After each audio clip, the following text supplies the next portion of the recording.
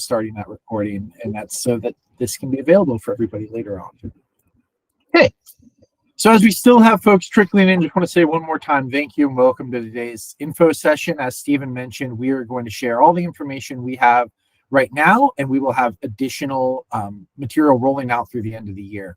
But let's get started. We wanted to get you the information, as much information about the program as we could right now to prepare you for the first round of applications. So if you're regular attendees to Maryland State Arts Council's events and virtual meetings, you are probably familiar with the features of Google Meet by now. But if it's your first time, just a couple of navigational tools here. Please stay on mute. This microphone icon on the left while I'm presenting, and we'll have time for question and answer that you can come off of mute or add questions to the chat. I have colleagues monitoring the chat as we go today, and so your questions will be followed up there, if not live in the meeting soon after. If you click the red button, it will leave the meeting. You'll have to rejoin, so just a heads up on that. The chat function is over on the right, like a little word bubble box icon with lines in it, and the people icon will let you see who else is in this meeting. You may also want to grab a pen or piece of paper or some way to keep notes today, because we're going to be going over a lot of dense information that you might want to refer back to. I'm going to start out with Maryland State Arts Council's land acknowledgement statement. We acknowledge the lands and waters now known as Maryland are the home of its first peoples, the Accohonic Indian Tribe, the Assateague Peoples Tribe, the Cedarville Band of Piscataway Indians, the Choptico Band of Indians, the Lenape Tribe, the Nanticoke Tribe, the Nassau-Wawash Band of Indians, the Piscataway Conoy Tribe, the Piscataway Indian Nation, the Pocomoke Indian Nation, the Susquehannock Indians, the Yagahaney River Band of Shawnee, and the tribes in the Chesapeake watershed who have seemingly vanished since the coming of colonialism. We acknowledge that this land is now home to other tribal peoples living here in diaspora. We acknowledge the forced removal of many from the lands and waterways that nurtured them as kin. We acknowledge the degradation that continues to be wrought on the land and waters in pursuit of resources. And we acknowledge the right of the land and the waterways to heal so that they can continue to provide food and medicine for all. We acknowledge that it is our collective obligation to pursue policies and practices that respect the land and waters so that our reciprocal relationship with them can be fully restored. This land acknowledgement statement derives from MSAC's Land Acknowledgement Project, in which MSAC staff consulted with tribal peoples whose lands are claimed by the state of Maryland. There is a link in the chat to learn more about the Land Acknowledgement Project, including maps, tribal histories, key concepts, and best practices. We're sharing the following information to ground today's work in our Equity and Justice Statement. The arts celebrate our state's diversity, connect our shared humanity, and transform individuals and communities. The Maryland State Arts Council and its supporting collaborators are committed to advancing and modeling equity, diversity, accessibility, and inclusion in all aspects of our organizations across the communities of our state. MSAC and its grantees are committed to embracing equity and non-discrimination, regardless of race, religious creed, color, age, gender expression, sexual orientation, class, language, and/or ability. Our vision and mission are that the Maryland State Arts Council plays an essential role ensuring every person has access to the transformative power of the arts, and that Maryland State Arts Council advances the arts in our state by providing leadership that champions creative expression, diverse programming, equitable access, lifelong learning, and the arts as a celebrated contributor to the quality of life for all the people of Maryland. In 2019, MSAC adopted a strategic plan that follows the following goals: increase participation, provide intentional support, build capacity, leverage connections, and bolster Maryland arts. And I hope that this new program will achieve a little bit in each of those categories. Transparency and collaboration are guiding values at the Maryland State Arts Council. And in the spirit of those values, the staff and our collaborators have developed this list of actions that we like to bring to all of our creative meetings. I invite anybody on the call to unmute for a second and chime in and read one of these. I will start. Celebrate being in a space with other creative people. Anybody else would like to jump in? Engage with everyone's presence as a gift. Acknowledge that together we know a lot. Enter the conversation with curiosity and inquiry. Share your idea and trust that it will be heard.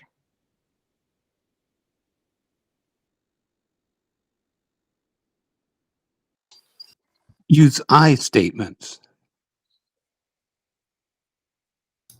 Focus your language on the task at hand. Hold one another accountable with care. Apply yes, and I hear your idea and I'm going to add to it. Balance speaking and listening. Thank you. That's great. We have almost 60 people on the call, and so it's nice to hear a little bit of feedback. You all are probably aware, but throughout the year, Maryland State Arts Council offers various professional development. We certainly plan to offer some related to this program, but there are some really great regular conversations we have, the coffee with the council. We do regional office hours in different parts of the state. Annually, our partners at the Maryland Citizens for the Arts hold the Maryland Arts Summit. And we're always open for you to propose new topics. You can use the emails and links that are put in the chat right now if you'd like to ask requests or share any ideas about professional development. And we have ways for the public to get involved. At this point, I would love to recognize the amazing team of editors that contributed to this process.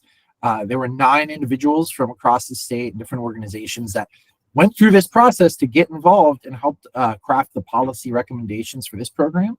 We ask for panelists and editors throughout the year. It's paid. We usually pay for your time and really, really value your contributions. So please follow this link to find out how to do that. And now we're finally at the agenda for today. So again, thanks for joining. We're going to go over this this new program in kind of 2 main chunks. One is more of a general overview, talking about some of the purpose behind this grant, why we're developing it, and how it's rolled out. And then we're going to go into more specifics. I just want to acknowledge that, again, we're going over a lot of specific information. You may want to have a pen or pencil or another way to keep notes. And all of the information that is described in our webinar today, including, will also be included in the Arts Capital Grant Guidelines, which are not yet published on our website, but will be available at the link that Kathy just put in the chat.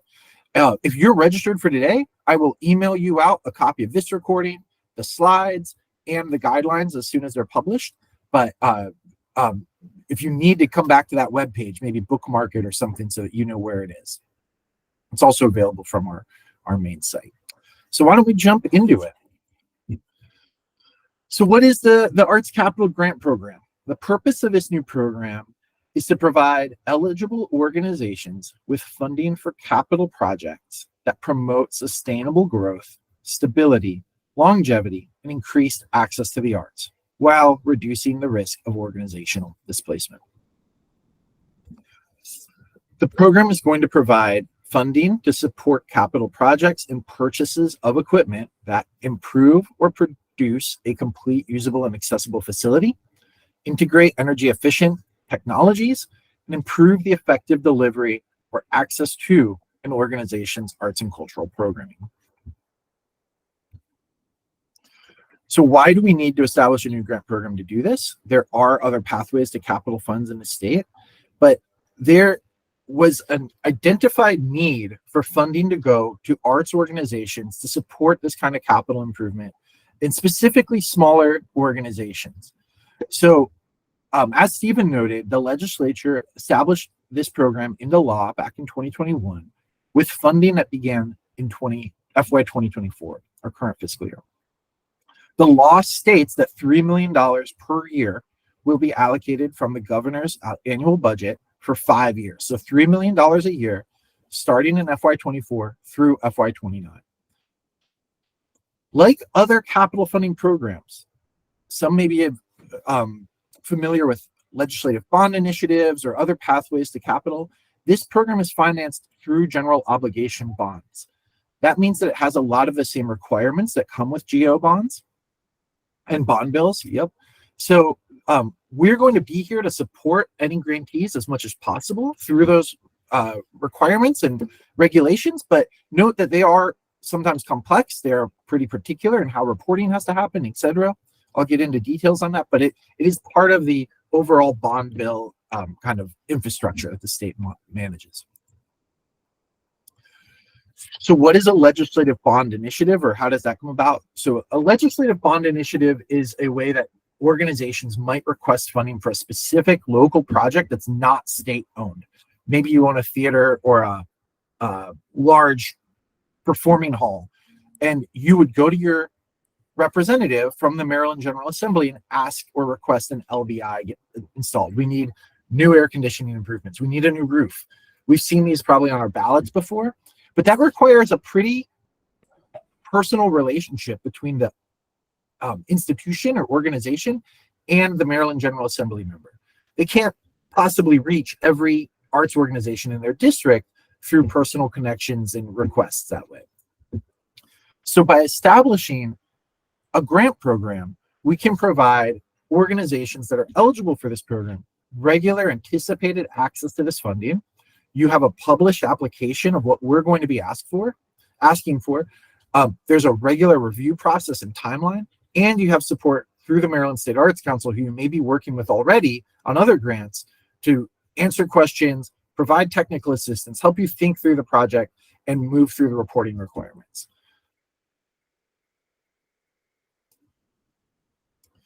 But one further note on this, the program cannot restrict, the Arts Capital Program cannot prevent an organization from receiving any other funds from the state.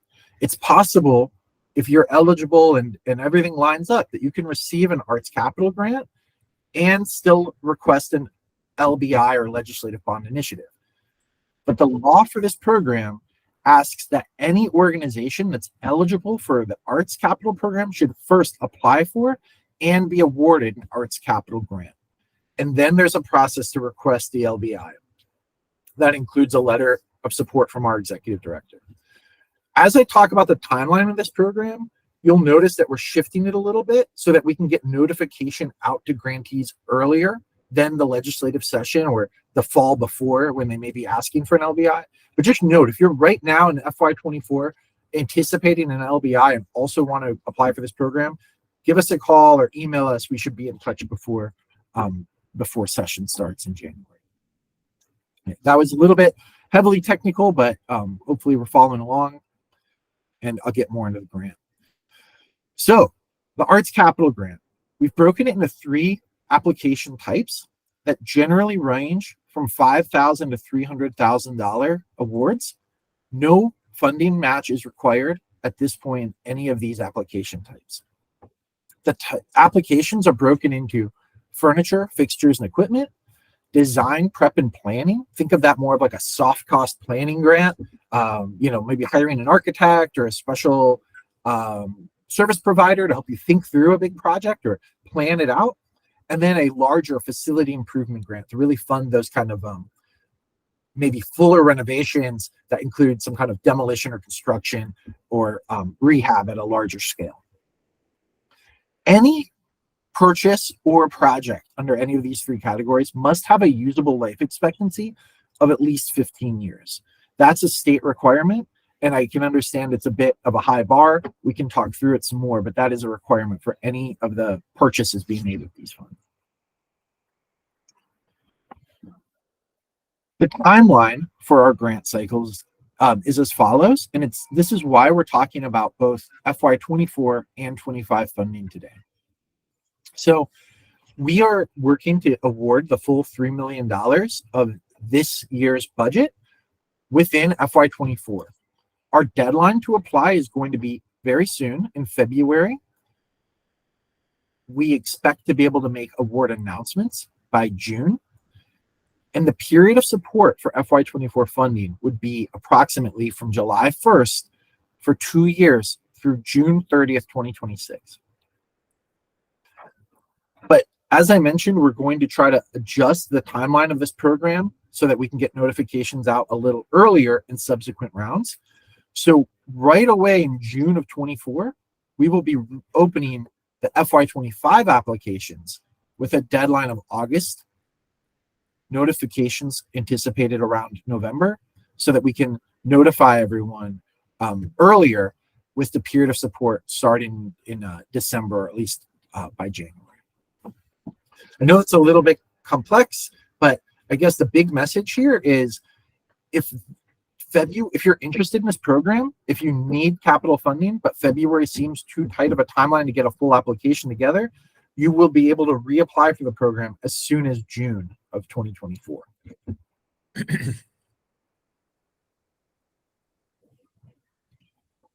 To be eligible to apply for this program, you must meet the following criteria. You must be a Maryland-based 501c3 nonprofit or an organization operating under a Model A or Class A fiscal sponsorship. Have an operating budget of $3 million or less. And then the third category is organizations may either currently participate in our grants for organizations or county art development, or be open to the public and provide cultural education or experiences. We also ask, because that door on that last point is open so wide, we ask that any other organization that would need to have arts and cultural education or experiences as a core part of their mission or vision. Providing those types of experiences must be a primary part of their work and not an auxiliary or addition to their other work. Ineligible organizations would include for-profit businesses, units of government, schools, colleges, or universities. And those three in particular, the first, I just want to stop there for a sec. Nonprofit businesses are not eligible for any Maryland State Arts Council funding. Units of government and schools, colleges, or universities are often eligible for our grants and project-based grants, but in this case, we think that they have their own pathways to capital funds and planning services. And then lastly, nonprofits whose primary mission does not include the delivery of arts, cultural, education, or experiences. Or again, as I had mentioned, like auxiliary nonprofits, friends groups, or PTOs that really exist to support a different type of organization.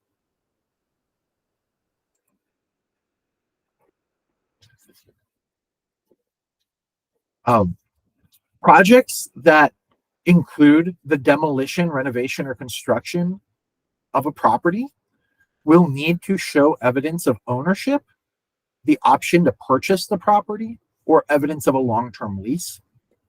Those projects will also need to go through a review with the Maryland Historical Trust, and we will talk more about how to work with the trust and what their consultation process looks like if you're awarded a grant. And the projects must be able to be completed within the 2 fiscal years. So if your project cannot, if you're applying for FY24 and you do not see an ability to complete that project between July of 24 and June of 26, you should probably apply to a later timeline. But we can also discuss those specifics or any questions you might have about your project in individual meetings. Also, keep in mind that you can break a larger project into distinct phases of work. So you could maybe fund a phase of the work that can happen now, and then maybe return at a future date. Any questions about what I went over so far before I go into the details of the application? Hey, yeah. Oh, sorry. Go ahead, Lou. Lou and then Colleen. Hi. Yeah, thanks for doing this info session, Ryan. It's really great. I was wondering, for the organization with the budget less than $3 million, is that for like, for example, I have an organization that runs an art space, but it's not a $3 million budget for the art space. Is the budget for the organization that runs it have to be under $3 million? Yeah, it has to be the lead organization, the overall organization. Okay. Yeah. Colleen? So what is the definition for a long-term lease? We're confirming that with Department of Housing and Community Development, but I think right now we're working with a 5-year, at least 5 years. but the capital, to follow up on that, the capital, the life of the capital improvement needs to be 15 years? Yes.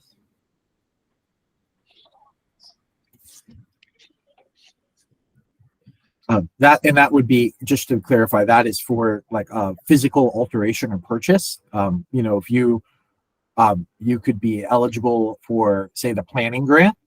The services provided through the planning don't need, that doesn't have the lifespan, right? The planning, the result would. Any other questions right now?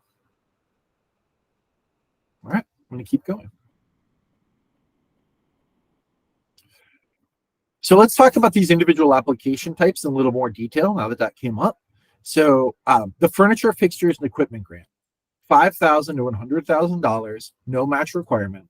And this pays for furniture, equipment, information technology, and audiovisual systems that improve the facility or improve the delivery and access to an organization's arts and cultural programming.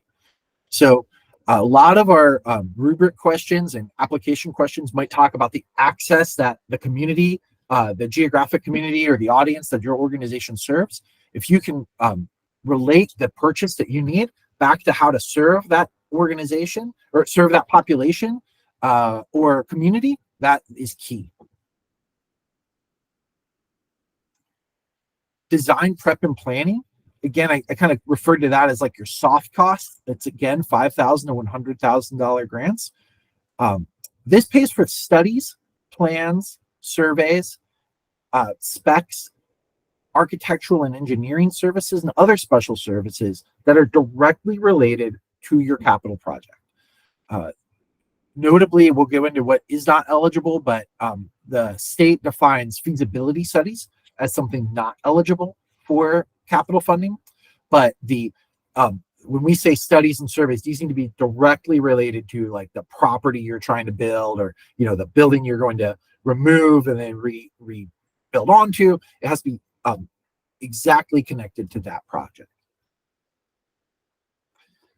This is also a great application if you're at the outset of a project but don't have a full kind of project plan.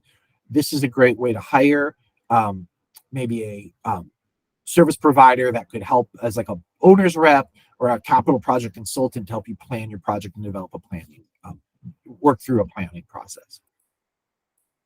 And then finally, the facility improvement grants will range from $10,000 to $300,000, and these costs support these can support all costs necessary to produce a complete and usable new facility or complete and usable improvement to an existing facility. This can also capture some of the associated architectural and engineering or other technical services needed in that work. So if you're in the process of that, you may need to pay an architect along the way or somebody to kind of stay involved. Those fees can be wrapped into this grant as well.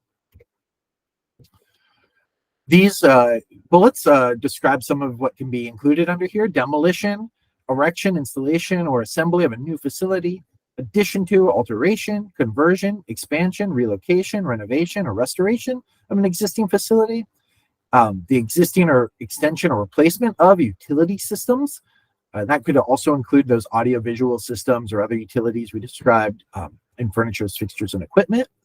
And the fixed equipment installed to be made part of the facility or a site development improvement. In all cases, to qualify for funding, a proposed project or equipment purchase must be a new project or phase of work that has not been started and have a useful life expectancy of 15 years. So again, I mentioned projects can be broken into multiple phases. You could say, I built my new building, or we've moved to a new facility. We set up our offices already, but now we want to apply to set up the community interaction lounge or the performance lobby or something, a separate phase. We cannot say, oh, I've been working on that for a while and we need to repay ourselves. It'd be great if we can access these funds. This needs to be a distinct thing happening after your grant is awarded. It also needs to improve, the project also needs to improve or produce a complete, usable, and accessible facility. And it should improve the effective delivery or access to an organization's programming, education, or experiences. Access is a huge part of this application, and community access and impact is a big part of the scoring rubric. And that was dictated, again, by our legislature in the law that established this program.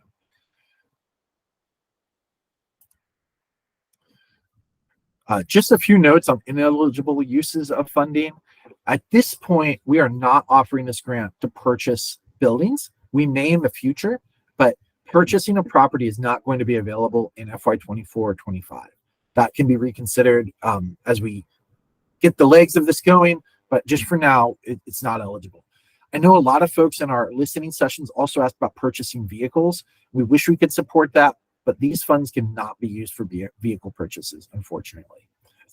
Again, feasibility studies or larger master plans are not eligible. Debt service, employee salaries, that's employee salaries that are regular and not related to this project, are not eligible. Work not properly bid or approved. I'll get into that a little bit more, and there's information in the guidelines, but any work that's paid for by this program or contracts entered need to be properly bid in a competitive contracting process. And again, work that's underway is not eligible. And then maybe more obviously is non-capital expenses, things that aren't related to your project, but just kind of your ongoing operations, or expenses to which an applicant has already been awarded funds from MSAC. So if you got a if you're applying for maybe a extension of your building, but you already have a grant from the Public Art Across Maryland program to fund a mural, we can't also pay for that mural. That has to be separate. We can't pay for things that other grants are paying for.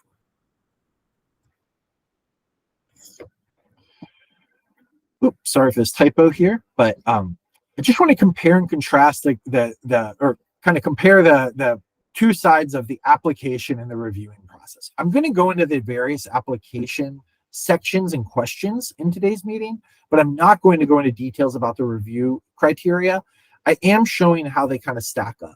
So your application is broken into a general overview, a project plan, and then a section to describe your administrative capacity. And then there's attachments that are required to help build those sections up.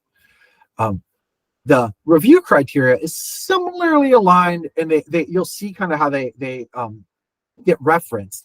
But the review criteria focuses on the project plan and your budget, the community impact and engagement, and your overall project management and organizational capacity. Please just keep in mind that all of the questions, and there's a lot, this is not as maybe open as some of our other grant programs, but all of the questions either relate directly to scoring criteria or generally helping to paint a picture of or develop a picture of what you're attempting to do so that our reviewers can really understand where your organization is coming from, who you serve, and what you're hoping to accomplish with this project. Going to go into each application question. And again, I'm not going to go into the review criteria specifically, but you can note here how we've aligned them so that specific questions are noted to align specifically with certain review criteria that'll be published in the guidelines. So overview section just kind of helps to paint a picture of your organization and your goals. We need to know your operating budget for eligibility purposes. We need to understand the organization's mission and vision statements. Those can just be cut and paste right into here. We want to know about your regular arts and cultural programming, education experiences, and a description of the community or audiences that regularly participate in those or are served by your organization.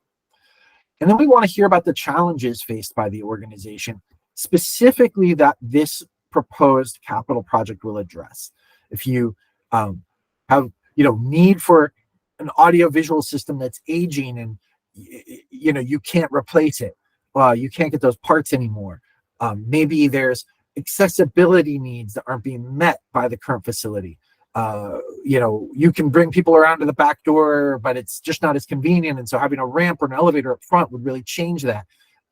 Tell us what the challenges are and why this capital project is needed at that point. And also, we kept these as general as possible so that all the same questions apply to all three of those grant types, both furniture, fixtures, equipment, planning, and the facility improvement. Still under the overview, we're going to ask you to list the full amount of your grant request, and that will line up with the number included in your budget template. List the anticipated start and end dates for the project. And tell us, this is more about just telling us who you are and what you're proud of. You can't assume that every review panelist will know your great work because maybe they just haven't gotten a chance to visit you yet. Tell us about your biggest accomplishments in the last 2 years, what you're proud of, and maybe some things that are really noteworthy to you and you want to share. And then there's a section to include some work samples. That is really optional about how you want to do that. It could be a link to a short video. It could be imagery, flyers for events you've held. But again, just kind of helping to give us a picture of what it is you do and who you are. Now, back to the more under the meat of the project, I guess, the getting into the project plan. A description of the property where the capital improvement project will occur. That description should include ownership status, and if the organization is applying for funds if an organization is applying for funding but does not own the property, you need to describe the current status of the lease or occupancy agreement, and you should upload a copy of that into your attachments as well. And a description of the neighborhood or geographic area where the proposed project is located.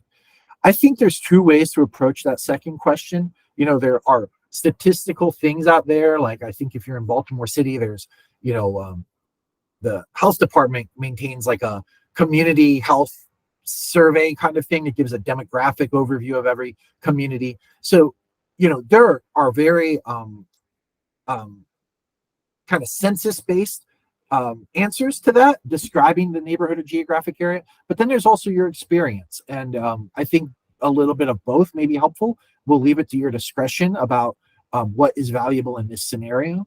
But that is a required part of the application and something the state wanted to know when they put this program in place.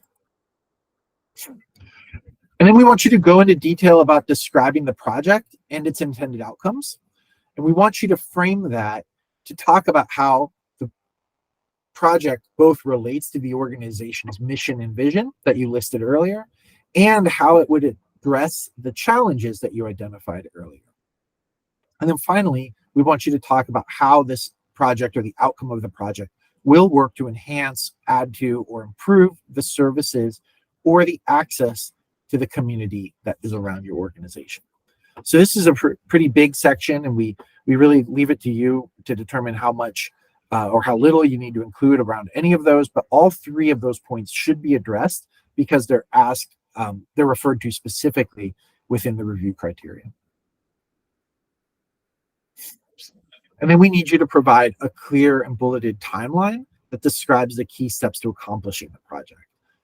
If you're already have a lot of planning underway and you're coming for funding for the actual work, maybe you have a very clear timeline that you can cut and paste right into here. If you're thinking through the process of maybe you're at the outset and you need to replace that sound or audiovisual system, maybe the first point is make contact with 3 local vendors to ask who's available and what their cost estimates are to consult on, quoting a new system. Maybe you're comparing different systems. Maybe you're measuring the weight of the rafters or working with an engineer to understand what the building can hold. But we need you to break that down as much as you can with as much information as you have to show us how you'll accomplish the project you're requesting and proposing within the 2-year period. And then finally, we're going to ask you to describe the process your organization has taken in gathering cost estimates. If you have, if that work is forthcoming, then you can describe the process you will take or how you'll arrive at getting service quotes. And then we want you to specifically answer how the proposed project will provide or expand access to the organization's facility or programs to people with disabilities, people of color, and people living below the federal poverty level. Those categories were defined in the state legislature, and we want to have a standalone section where people address that question in particular. But again, that can be about physically accessing the facility, the programming and services provided in the facility or through the facility. Under administrative capacity, we're going to ask you to describe your organization's previous experience with managing grants and projects requiring reports and financial documentation. If you already receive those GFO grants or community arts development grants, you're probably pretty familiar with this and can describe your experience with MSAC. If you're new to MSAC, you might want to elaborate a little bit further to talk about your experience of fundraising in the past. And we're also going to ask you to talk about your partners. So maybe you did hire a consultant or somebody who's been through capital planning before, or working closely with an organization, an economic development organization, or something that's helping you through this. Talk about who they are and how they're going to help you accomplish this project. And then we want you to list key individuals, both from your organization and any partners that are going to help in managing the project. This is going to, again, vary depending on the scale. If it's more of an equipment purchase, this is probably not going to be a super long list. If it's a large demolition or construction project, it may be a more extensive list of key individuals. We don't ask for their full resumes, but tell us who they are and their experience and how they're what they're doing as part of this project. And then another requirement is to describe the organization's inclusionary hiring practices and impact on local workforce. I just want to note that this is not saying specifically through this project. If there's some aspect of your project that includes that contributes to this answer, we'd love to hear it. But otherwise, it can be open to how your organization does its hiring and practice overall.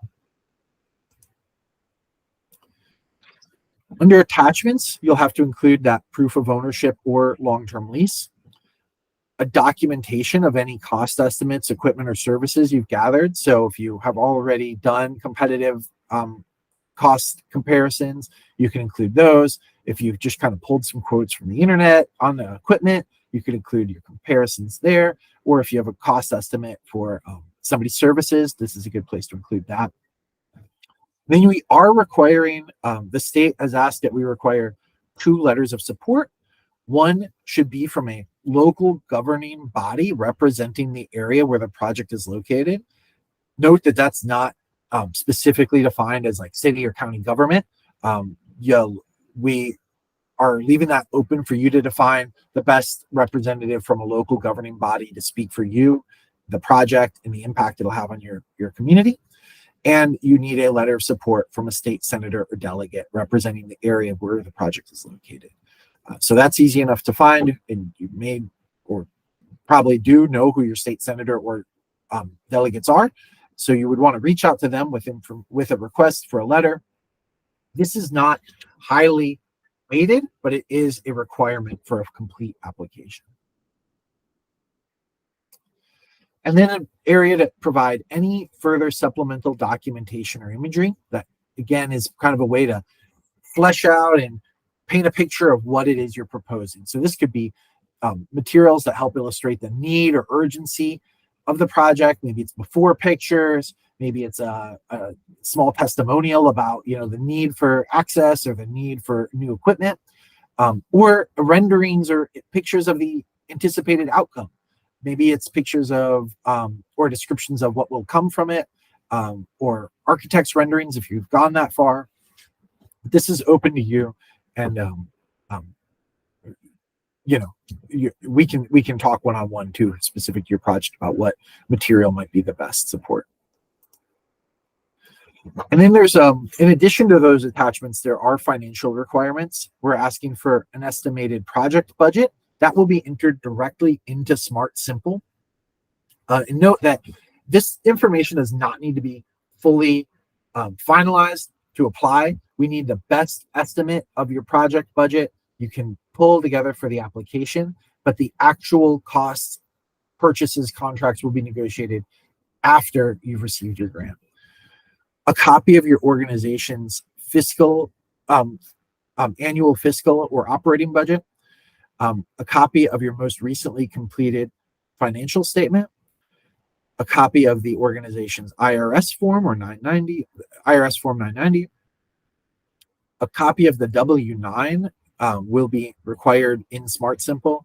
And for organizations with annual budgets over $600,000, we're going to ask for a copy of your most recent financial audit.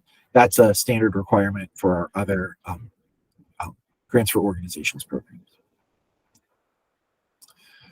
An overall note here is very important that any applicant or grant recipient needs to be in good standing as a business in the state of Maryland. You can check that yourself at the Maryland Business Express site, but essentially, if you are not in good standing, we will not be able to review your grant, and you will, if you were awarded a grant, you would not be able to receive funding unless you passed the tax clearance with the state. Just to kind of come back to where we started here, I just want to point out again that this program does have to abide by the state requirements for GO bond funded capital projects. And we're here to help you through that as much as possible. And it's new for us, right? Like, this program is brand new. We have not had a long track record of giving out funds and moving through these processes. So I'm going to do my best to help everybody get through it as I'm learning to navigate it myself. But we have a lot of really good friends around the state that have helped us so far. That in mind, there are going to be a number of appendices attached to the grant guidelines that include a description of state policies and requirements, that go into detail about working with Maryland Historical Trust, that go into greater detail about eligible and ineligible expenses and what is considered eligible, and how to conduct what we'd call competitive contracting, or gaining competitive quotes before you sign a contract. We really need you to review that material and ask as many questions as come up, but that is essential to follow that material when we're both applying for and after the funds are awarded. Just to go over the scoring process, again, I'm not going to show every review criteria, but to just walk you through how the application will be reviewed. They come in. First step is that I will, as staff, conduct an initial review just to make sure that everything's complete, that you meet the eligibility criteria for the program, that the project meets the eligibility criteria, and that everything's in order for it to proceed to a panelist. If you did not, if there's something incomplete or something that seems off, we need some more information, I will reach back out to you and give you an opportunity to fill in that information. But especially in FY24, that is probably going to be a very tight turnaround, and we will need you to respond within any deadline given through that feedback in order to be considered. After the staff review, the grants are moved forward to a group of independent panelists that meet in 2 rounds. The independent panelists first review all the materials. First, they're trained on Maryland State Arts Council's overall grant review training and implicit bias training. We then will review grant applications independently online, and they will submit an initial score and provide written comments back on the application. In round 2, the group will meet during a public meeting to re-review applications, hold a brief conversation, and they have an opportunity to rescore at that time. After both panel meetings, the panel scores will be averaged, sorted high to low, and scores and comments are taken into consideration by our staff to make the final recommendations for awards. We will send the rewards list on to the Secretary of Commerce for review, and then he will recommend them to the Board of Public Works. We will notify grantees as if you're recommended to go before the Board of Public Works, we will notify you before that meeting, and then grant agreements would be issued after that meeting.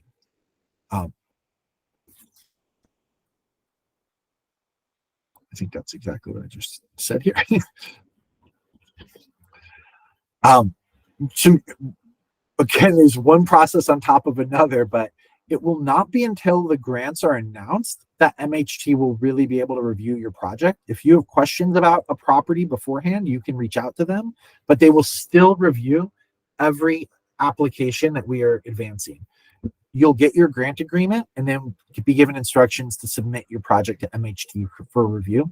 They've asked for at least a month to review projects. Oh, I should note that their review really only applies to facility improvements or any project that we flagged that has like a major physical alteration. Most likely anything under the planning grants or the equipment grants will not require an MHT review. If it is a larger project, we'll probably need to allow 30 days for them to do a review. And once they sign off, then we can sign the grant agreement and begin, you can begin entering contracts or dispersing funds after that approval.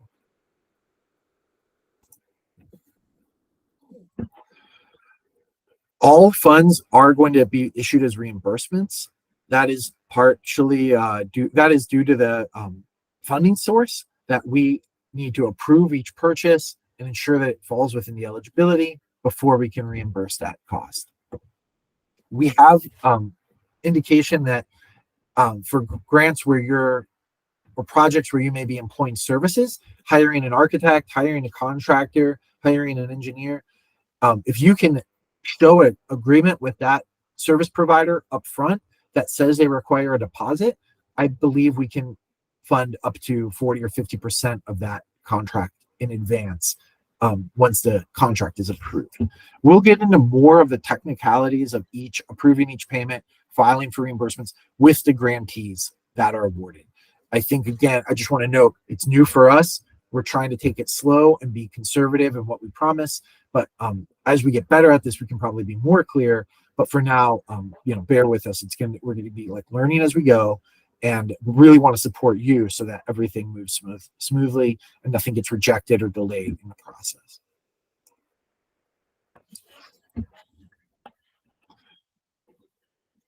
Oh, and that's what I'm noting here is that following the BPW approval, we will have a separate webinar for grantees to go over all of these points, working with MHT, how to do competitive contracting, etc. We will hold a separate meeting then.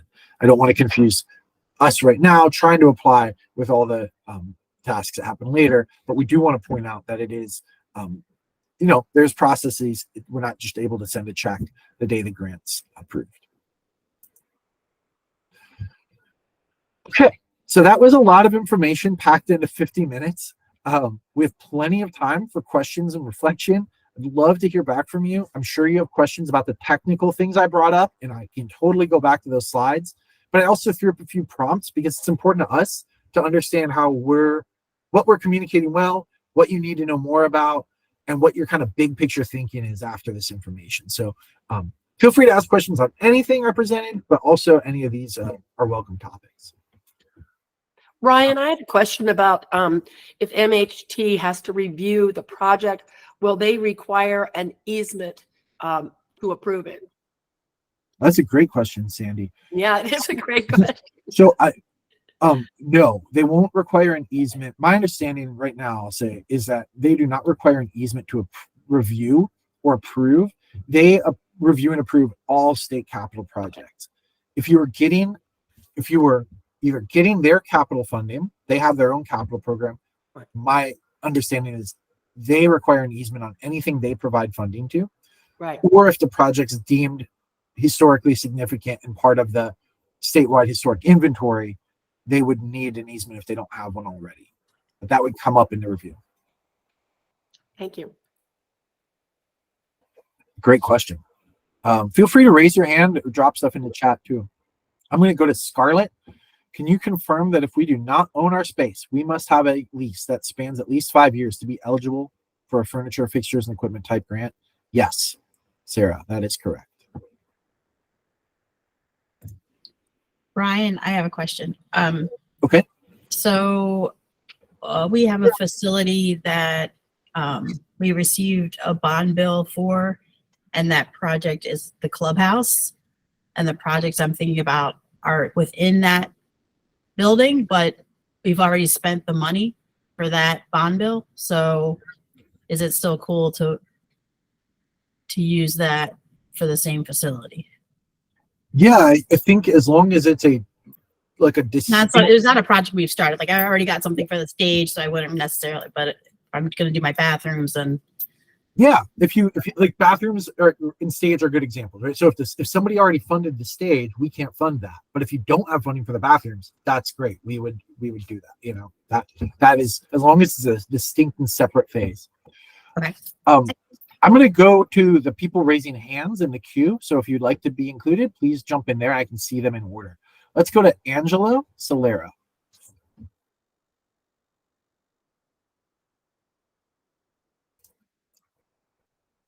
Are you there, Angelo?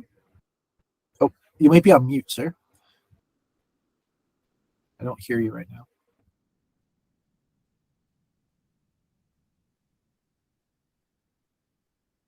It's the little microphone button to the left of the screen.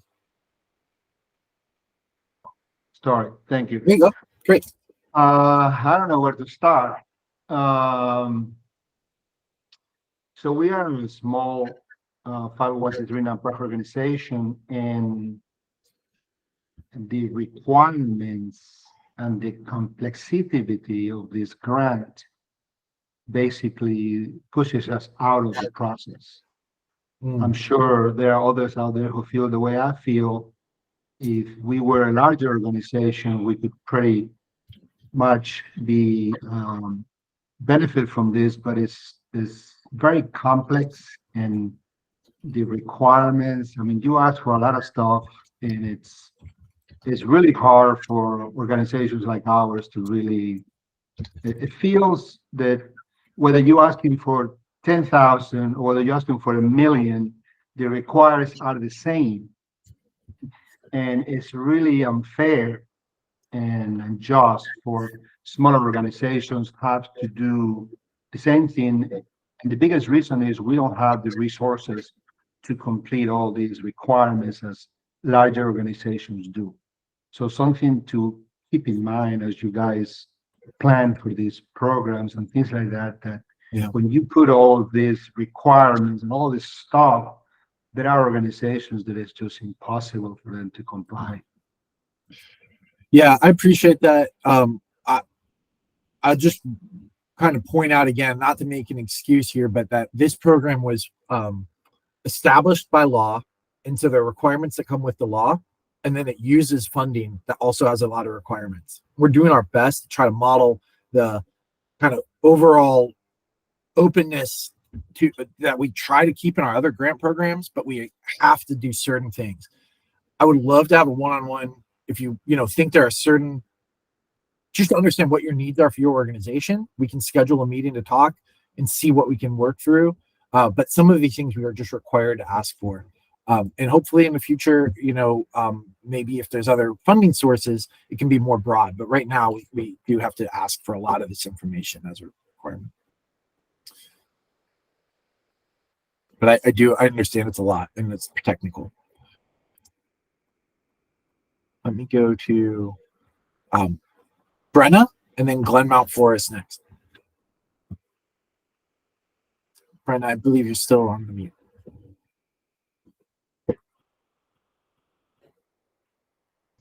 Sorry about that. I just wanted to get some clarification on terms of the eligibility. So you mentioned the mission statement having to be art specific. So would it be safe to say that these grants are for arts organizations and not for organizations that present arts? So my organization, for example, we are a nonprofit that is charged with the preservation of a historic mansion that also presents, part of what we do is presents art programming, but that's kind of part of our broader work and is not specifically said in the mission. I think what you said is generally the direction that eligibility is. Yeah, it's okay. That it's primarily for arts organizations whose primary mission is to present arts or cultural education or experiences. Okay, great. Thank you. If that said, if you feel like you can relate the mission to like the cultural aspect, if you think that there's an overlap there, maybe it's considered. But okay. Yeah. Thank you. I'm going to assume this is Jim at Glen Mount Forest. Yeah. Hi, Ryan. Hey, thank you. Quick question. First of all, thanks for implementing this program. And secondly, this is futuristic planning. But once you have a 501c3 set up to support and manage an A&E district, for instance, and you're involved in the design and development of a new facility in your area, my understanding, assuming that you apply on an annual basis, that you can apply in 1 year for planning and design and all of that, and community outreach, maybe revising an existing POR and all of that. And then maybe later on in the next year or two, you can apply for development money and actual build out and things along that line. And each year you would apply for each of the, although I guess there'll be 2-year periods, or at least initially 2-year periods of performance. Is that generally right in terms of longer term planning? Yeah. So I thank you so much for bringing this up, because it occurred to me, I don't think I specifically noted, an organization can reapply as soon as they're done and closed out with their grant. If it's an equipment purchase, you can make it in 1 year, you can reapply the next year.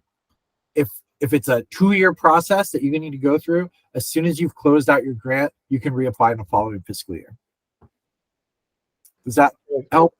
And those limits for, let's say, the planning and design, I think you said it was 5 to 100K, and then the build out is up to 300K. Yeah. That's that performance period is at a 2-year period. You have to finish that performance period, and then you would apply thereafter for the build out money or whatever. Yeah. Okay. Yeah. If you have the 2 years, if you do not need the 2 years, you can finish it earlier, but you have up to 2 years for each. Okay. And that upper limit is for that performance period, regardless of whether you finish it in a year or 2 years, whatever you define it as. It's not like you can ask for 100K each year for those 2 years. It's 100K over that 2-year period max. Yes. Okay. Thank you. Appreciate it. Colleen? Great. I have 2 questions. The first is, again, we're in a county-owned building, and I just want to make sure that we would be eligible for capital funds for any improvements or capital improvements that we needed to present arts programs and activities here in our building. I'm sorry, I broke up just a second, Colleen. Could you repeat that? My apologies. Sure. No. So you know that we're in a local government building. Yes. I just want to be sure that we are able to apply for capital improvements for the art spaces that we operate in that building. Yes, that should be fine, as long as you're the organization applying. If you can show, again, I didn't acknowledge that either, but if you have a lease agreement like that, that should be fine with a local government. That's okay, as long as they're not the applicant. Great. And then the second question I have is, for instance, if you applied for capital improvements for a phase or an element of the building, and you didn't get full funding for that, would you be eligible to come back for that, to finish that aspect up? Yeah. So just for everybody's edification, if you haven't applied before, if you apply for any of our grants and are not awarded that grant, you can ask for feedback and notes, or to meet with any program staff like myself to talk about what didn't get funded. If you apply through the Arts Capital Grant and are not fully funded, you can return back, but probably with a revision or some notes about how to revise that. Because if it's not funded, it might be because of funding availability or some other reason, and it just might need to be reviewed. But yes, you can do that in a subsequent year. Good questions. Thank you. Like all these questions reminded me about the stuff I forgot to note earlier. It's helpful. I'm going to just move over to the chat really quick. So I have Christina McLaughlin. What is an organization that does not own its space and the equipment needed would have to be installed in the theater where they perform? They will own the equipment. However, while it is technically removable, it is not portable.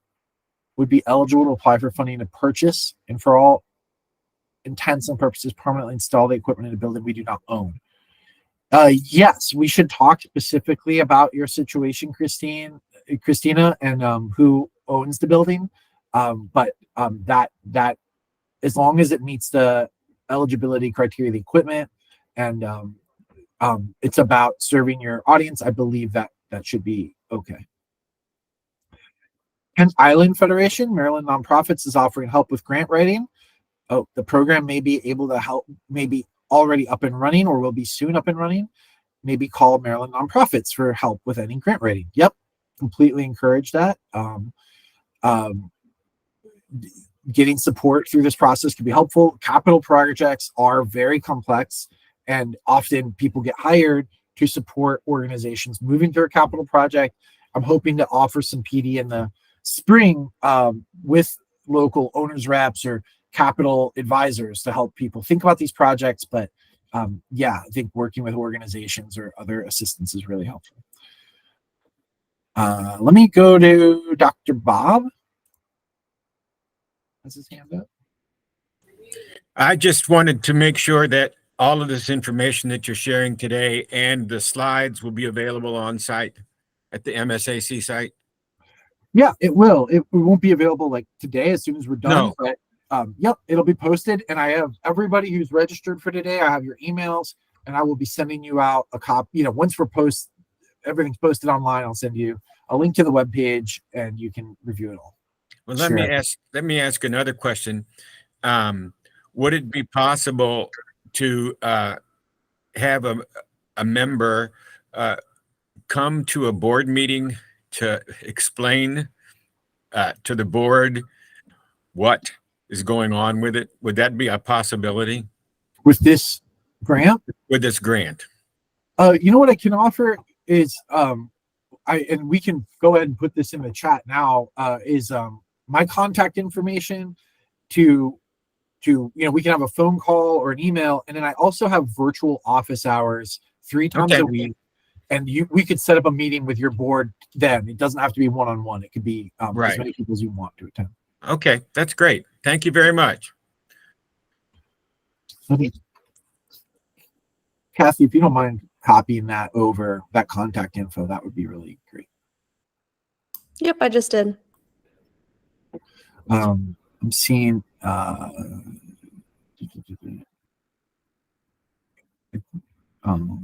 any other questions with hands up? I don't see anybody. Let me go back to the chat. Thank you, Kathy.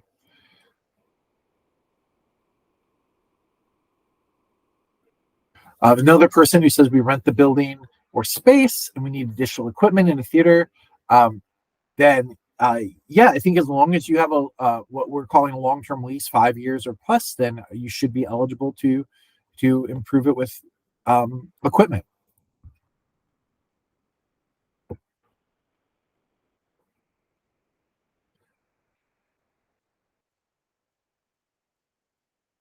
And Angelo, absolutely looking forward to following up with you.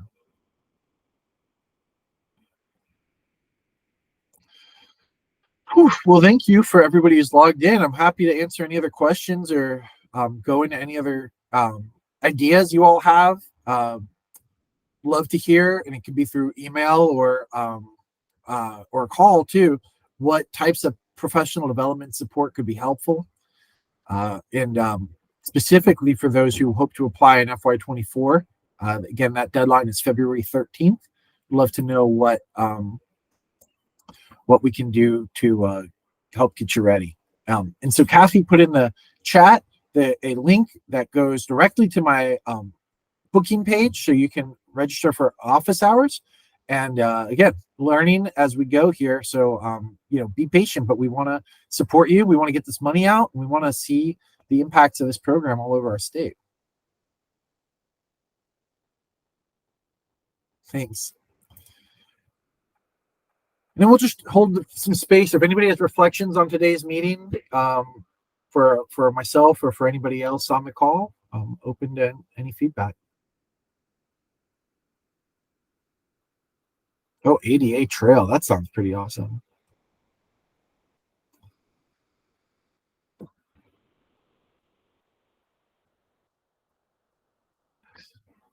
Well, thanks for all the love and appreciation, everybody. And thanks, big shout out to the editors that joined us today. Really couldn't have done it without your support. Really just love everybody's excitement and involvement so far. All right. With that, I guess we'll call it a wrap. Thank you all. If you have any other ideas or concerns or questions and you don't want to send them directly to me, you can send them to msac.commerce@maryland.gov. Thank you. Really appreciate you.